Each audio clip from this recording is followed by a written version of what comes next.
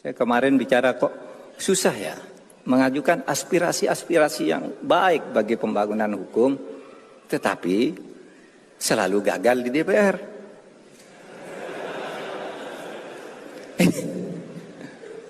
Lalu siapa ini yang salah? Ini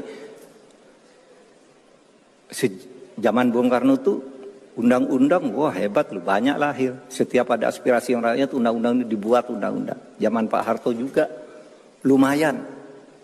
Nah sekarang ini undang-undang penting, nggak bisa lahir. Parpolnya nolak, DPR-nya nolak. Ketika ditanya, DPR kok nolak? Dan ini kan bagus.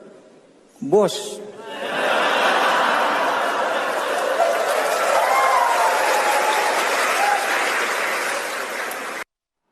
Ini masih berlanjut kayaknya curahan hati Pak Mahfud ke forum yang berbeda ya. Tapi poinnya tetap sama, gagal di DPR, gagal parpolnya nolak karena bos begitu katanya. Nah ini terkait tema kita malam hari ini kan soal RUU perampasan aset Mas Johan. Tadi sudah disinggung oleh Mas Uceng, PDIP sendiri seperti apa arahnya untuk RUU perampasan aset ini?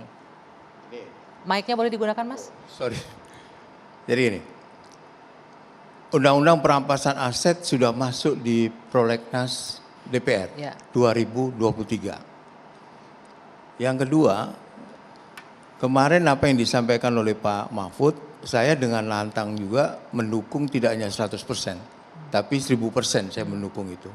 Saya berkeyakinan bahwa undang-undang itu akan semakin melengkapi kerja-kerja pemberantasan korupsi, apakah itu undang-undang tindak pidana korupsi ataupun TPPU ya, semakin memudahkan lah apa yang disebut dengan asset recovery itu. Tapi saya ingin cerita sejatinya seperti apa gitu ya. Sampai kemarin 2-3 hari yang lalu itu belum ada satupun naskah akademik. Belum ada satupun draft, bahkan pembicaraan secara serius antara pemerintah dengan DPR itu belum ada gitu.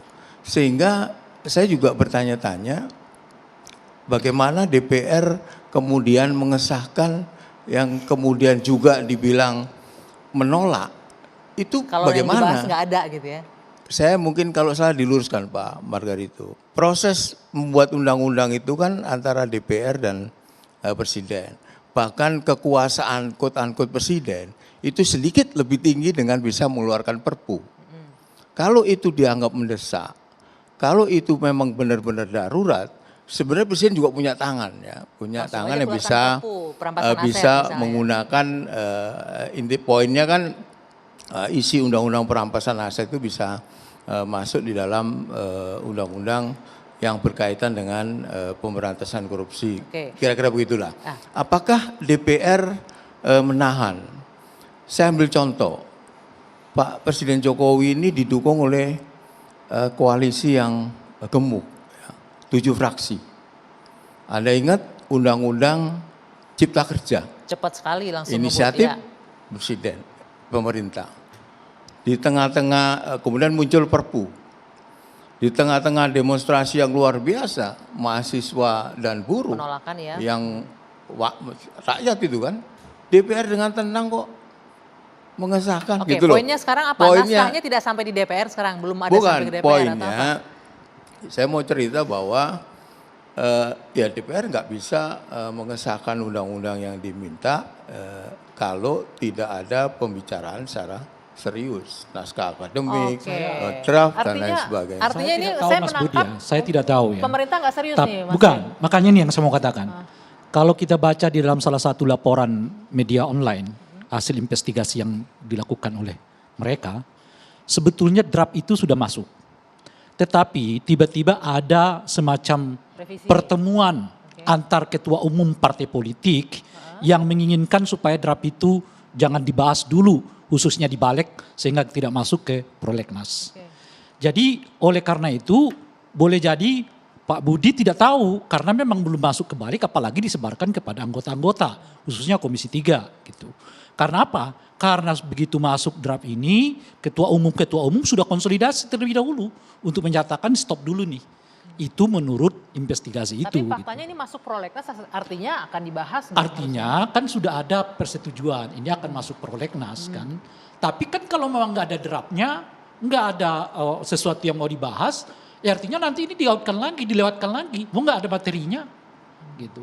Nah oleh karena itu perlu mungkin dilacak dengan sesungguhnya apa benar berdasarkan pertemuan ketua-ketua umum partai politik itu, draft yang sudah diserahkan oleh pemerintah itu akhirnya dikembalikan lagi ke pemerintah karena itu tadi. Maka dalam konteks itulah Pak Bambang mengatakan tanya ketua umum deh. Oke, kalau konteks gitu ini Anda tahu kira-kira. nggak, Mas Jadi Johan? mentoknya bukan di Ketua kita umum nih. Anda atau partai Anda mentoknya nih? di ketua umum kira-kira. PDIP gitu. suaranya Saya gimana untuk masuk RUU Komisi ini? 3 itu setahun yang lalu. Isu soal ini sebenarnya pernah disampaikan oleh PPATK dan KPK, Bang Rangkuti, waktu RDP ya.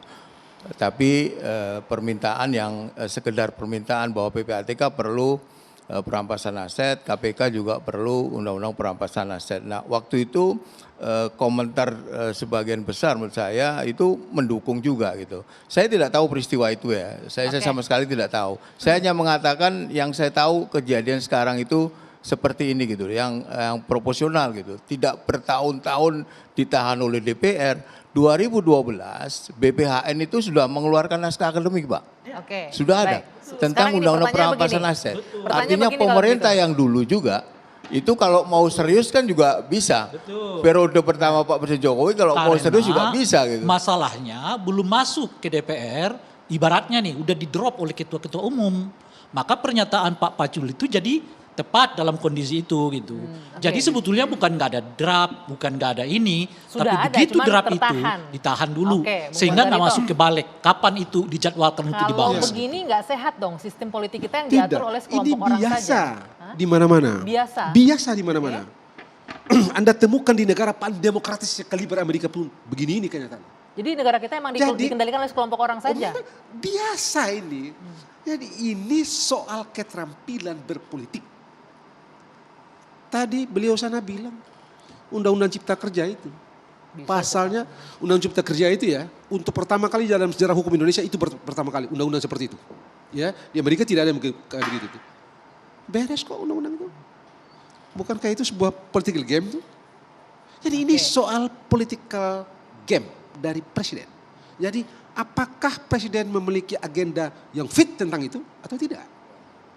Kalau dia sebentar nih, kalau gue, aduh sebentar nih, buktinya tadi itu. Berarti Anda melihat presiden nggak punya ini will sudah lah, yang ini serius untuk nyata ini. Dan semua orang bisa ngecek Undang-Undang Cipta Kerja itu. Dalam bahasa yang lain menurut saya ada problem penyebutan DPR itu yang tidak menggambarkan ketua umum. Mestinya kalau mau disebutkan oleh Pak Mahfud, Pak Mahfud bisa mengatakan ini masalahnya bukan di anggota DPR-nya, tapi di ketua-ketua umum yang tidak memberi kesempatan kepada anggota DPR kalau untuk saya membahas ya, ini. Sebentar. dengan segala hormat ya, sebentar sedikit aja gitu. Mudah kok, mudah betul dalam tanda petik ini. Kalau kita pakai bahasa jalanan, tekuk ini ketua-ketua partai, mudah banget. Caranya? Kalau, tidak ada satupun ketua partai di dunia ini yang tidak merindukan courtesy call dari presiden. Oke. Senator hebat-hebat di Amerika Serikat itu mimpi mereka di awal di pagi hari itu adalah presiden, ya udah presiden telepon saja langsung ketua umum. jadi jangan kita muter-muter deh. Mas Uceng, Mas Begitu Uceng. deh. Mau nggak? Mas Uceng, benar nggak seperti itu Mas Uceng? Artinya ya mau nggak mau ini untuk urusan pemberantasan korupsi, pengembalian aset tertahan karena memang ada kurang goodwill dari kedua belah pihak kalau saya tangkap, baik itu dari pemerintah ataupun dari DPR-nya. Apalagi ada campur tangan ketua umum yang harus memutuskan di sini seperti yang dikatakan oleh dua narasumber di studio. Mbak Anggi, izinkan saya cerita dua hal ya. Yang pertama saya mau bilang dulu soal undang-undang perampasan aset. Jadi sebenarnya ini sudah lama sekali.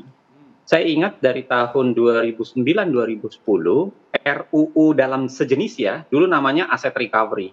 Jadi segala sesuatu yang berkaitan dengan aset, hasil sitaan, proses koruptif maupun bagaimana menyita illicit enrichment maupun unexplained wealth gitu. Jadi kekayaan di luar yang tidak bisa dijelaskan. Itu udah lama. Bahkan versi masyarakat sipil kami buat waktu itu dengan bantuan kemitraan, kami buat versinya. Jadi sebuah kelembagaan ada di situ untuk mengurus aset, apa yang bisa disita, lalu kemudian bagaimana prosesnya, itu diatur semua. Dan saya kira memang Mas Rerangkuti bisa jadi menjadi benar. Karena dia sudah lama, dari tahun 2009-2010 sebenarnya sudah dibicarakan, pertanyaannya kenapa sampai sekarang itu tidak terjadi gitu. Itu yang pertama. Yang kedua begini, kalau kita mau bicara ketatanegaraan Indonesia, suka atau tidak suka, sebenarnya dalam legislasi itu presiden jauh lebih besar kekuasaannya daripada DPR. Oke. Anda bisa baca disertasinya Saldi Isra. Disertasi Saldi Isra itulah yang menjelaskan bahwa pasca amandemen sebenarnya presiden itu kewenangan legislasinya lebih besar dibanding DPR. Walaupun Undang-Undang Dasar menggeser kewenangan pembentukan undang-undang dari pemerintah ke DPR. Jadi itu rancunya. Jadi di Undang-Undang Dasar perubahan 1, 2, 3, 4.